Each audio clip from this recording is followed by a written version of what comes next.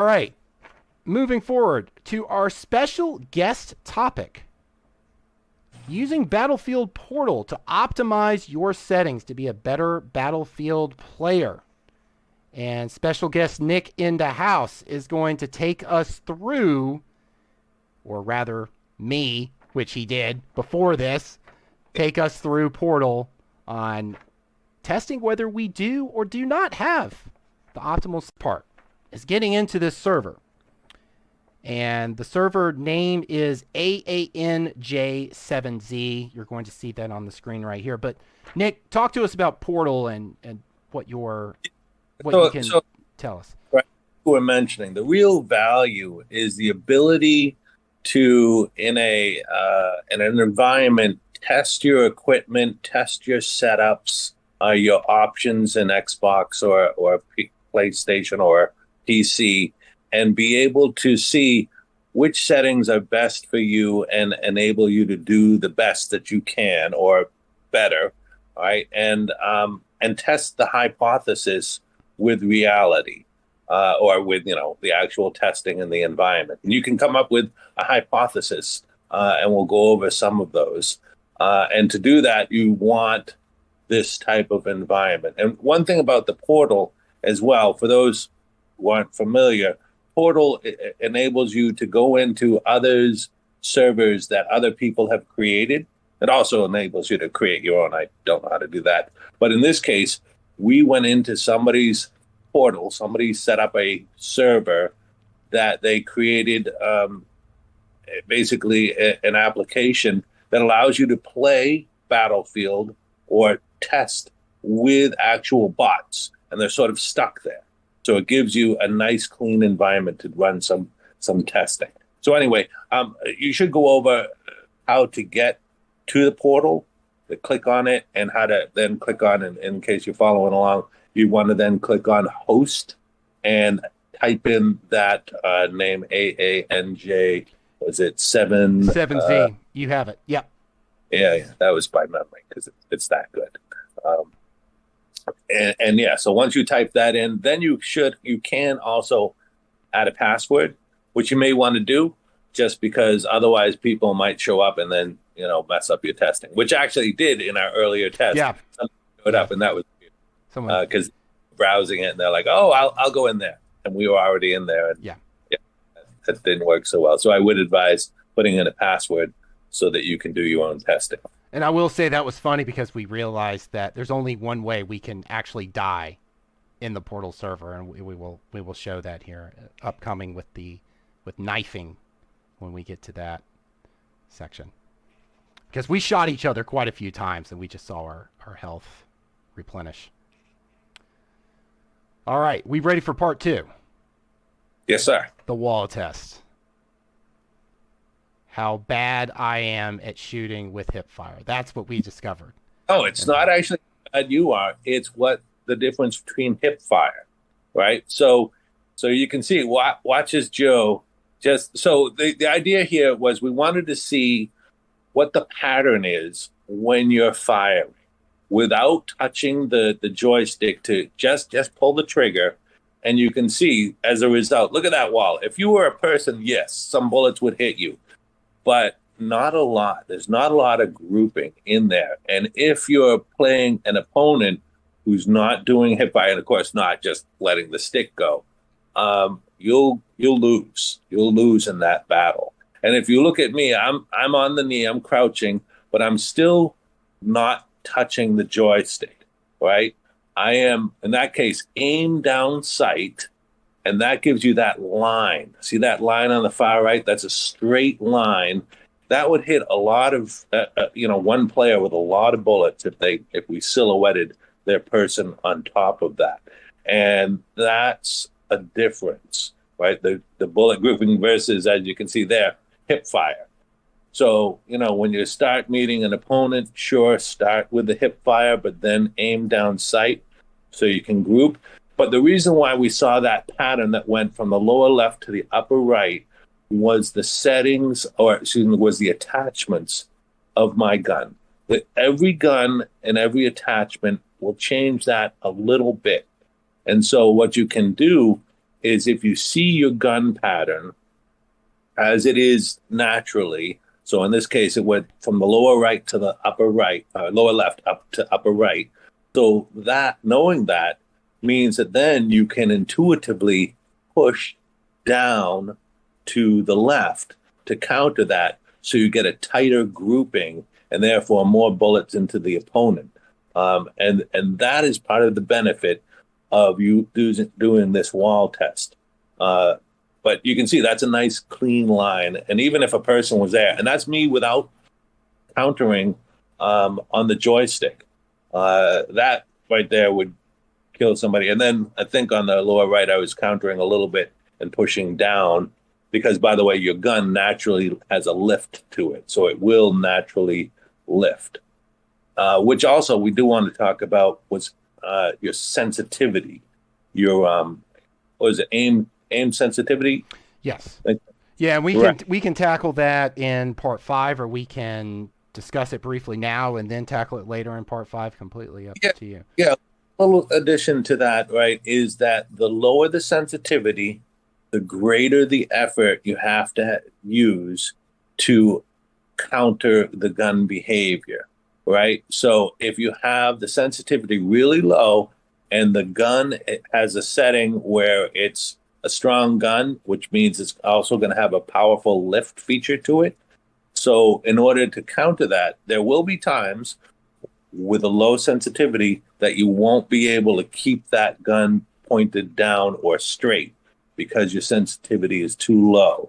So you're going to find a balancing point where you can keep that gun lower and counter the lift effect so that you can keep your groupings tighter. And that will enable you to win against your opponent.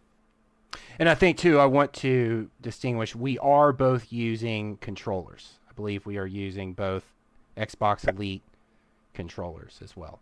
Yes, which I do appreciate, and I think that they're worth the money. I mean, I enjoy mine. I have the core, the white and black one. So it is doing a great job for me based on how I have it tuned. All right, and I'll also check on whether we can get that patented, the wall test. Give an update on that.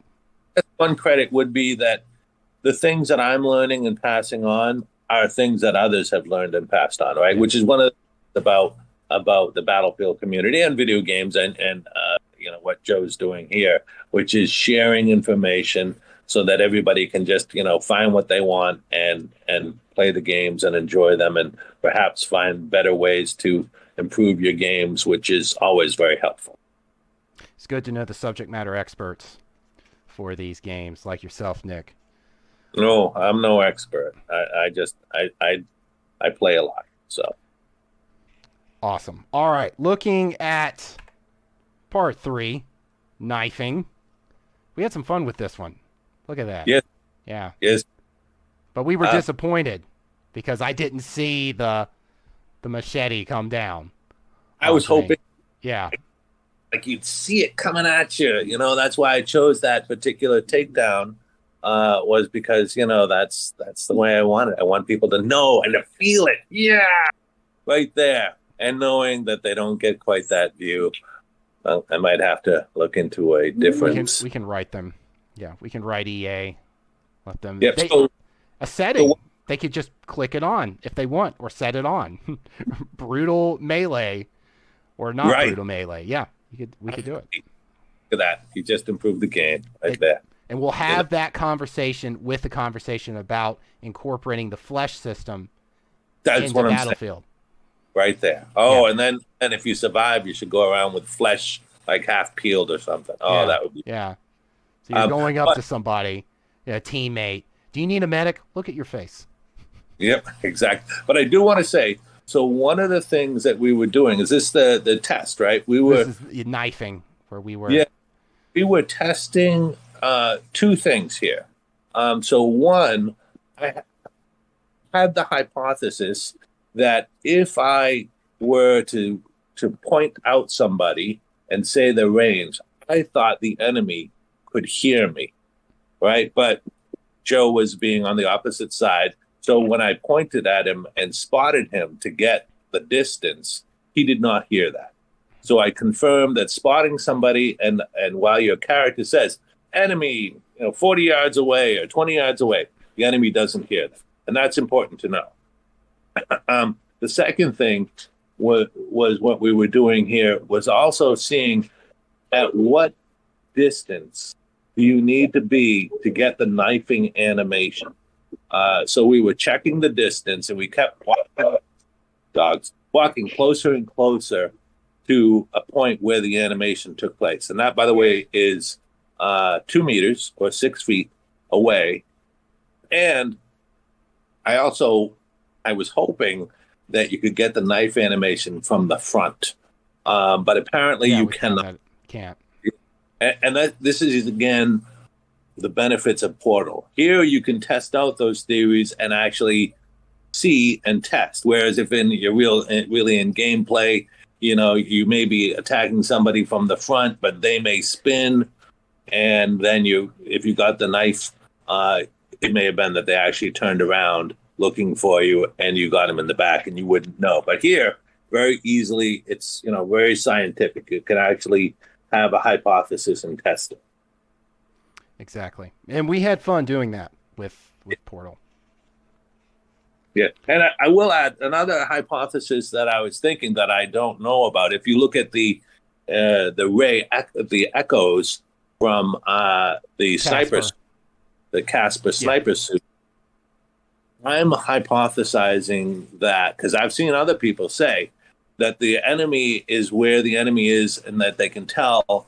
I believe they can tell left or right or forward or backward, and I'm guessing that it's the redness within those echoes, that wherever it's red is where an enemy is, and then it does distance. But we haven't truly tested that out. So it would be interesting to see with that hypothesis. So again, we'd use Portal. We'll get away from these people because they're too grouping. But when we play each other, I would be on the opposite side. So I could stand at a distance, and then he could walk around me and confirm that hypothesis. Or you can test it yourself with another. Yes, and we could have another special guest segment looking at Portal. Doesn't have to be the only one here. We have much more to test. I agree. I think there's definitely good reasons to test more.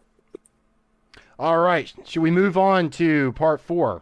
Aim down sight, ADS. Indeed. Here we go. Okay, so this again is the benefits of Portal. You can go through your options and your controller settings. And in this case, we're comparing ADS on to ADS off. So ADS is on right here. And ADS, by the way, aim down sight for those paying attention. And for me, I found, because I have the natural inclination when I see an enemy, I want to zoom in. I try to break myself out of that cycle, and I am having the most difficult time doing that. So with ADS on, it helps me to make a better choice at making the shot, and it makes me more effective in doing that if I have that. And I don't think I'm the only one that has that natural inclination to just aim when you see an enemy. So for me, as a person that does that isn't able to break the cycle, then I highly recommend ADS to be on instead of off.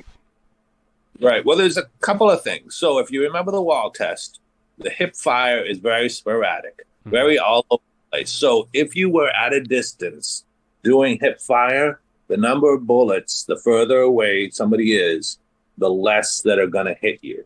Right. So you can certainly start with hip fire, and we'll get into the other features that we were talking about in aim assist. But once you start aiming in that right direction, then pull the trigger, then aim down the sight. And there are other benefits. The aim down the sight, on or off, is I hear they use the term relative to the field of view. I put it simply, with it on, it's like more of a magnification than with it off. and it just to me makes the enemy a little bit more clear and stick out more. But the key about Portal is you get to try it yourself, test it, change it back, and figure out which one worked for you. Very true. Very true. All right.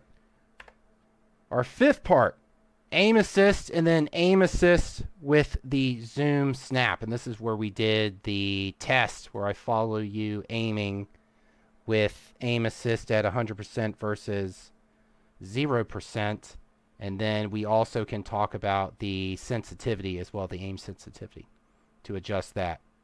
And we alluded to that earlier in a previous part. Right. So I'm running by, and Joe is trying to track me, as in a game. If an enemy ran by and you wanted to shoot them, you would want to be able to keep up with them as they run by to shoot them. And you could see that first attempt, that wasn't as good as maybe you'd want. Right. So here I'm changing the settings from 100 to 0. For this test, we're keeping the soldier aim sensitivity at 20, but we did alter that as well to give make it easier to lock onto the enemy. Right. So I think we do want to explore this setting and feature a little bit more perhaps in the future. I think it would be a little bit more fun because, as you're mentioning, right, that's a nice tracking, but it's not right to left because you're following, sort of looking downward at me, sort of like down the bowling alley, so to speak. But the sensitivity plays a role. As we mentioned before, the higher the sensitivity, the easier you'll find to counteract the gun and to move it from left to right. The lower the sensitivity, the greater the effort, and therefore the bigger the challenge for tracking. But I think in the future, we could perhaps run this at a few different distances so that we could see more exaggeration of the aim and the snap of the aim down sight and the snap to zoom. Absolutely, and that's a great point. Let us know in the comments whether you would be interested in seeing additional tests or even more in-depth testing for what we are looking at. So we are open-minded with that, and Portal has the versatility to do all of that, which is great. Yeah, and actually, I'm sure there's more that we explored. We may have just scratched the surface. There's much more we can do with Portal. For this part, anything else for aim assist and aim assist with snap and sensitivity? I think we covered. Yeah, I thought we did record, but maybe it was just me talking to myself at the time because I do that. One of the things that I tried pointing out, and again, we can go back to, is with the aim down sight and with the snap to zoom, right? If you're standing still and you're looking at an enemy, when you're aiming at them, if you were slightly off to the right or to the left, when you aim, if you first fire and aren't locked on and miss just a little bit, if you let go of the fire, so assuming you have an automatic, and then re-fire, what you'll find is so long as you're close to the target, actual technology will end up being on target. So if you're firing and you're slightly off, stop firing and then click on it again, and it'll end up sort of centering on the target. That is that snap to effect that you want to look for. Because if you're missing, you need to recalibrate, right? It's not, but it shouldn't be too much. If you're really missing, the technology and the snap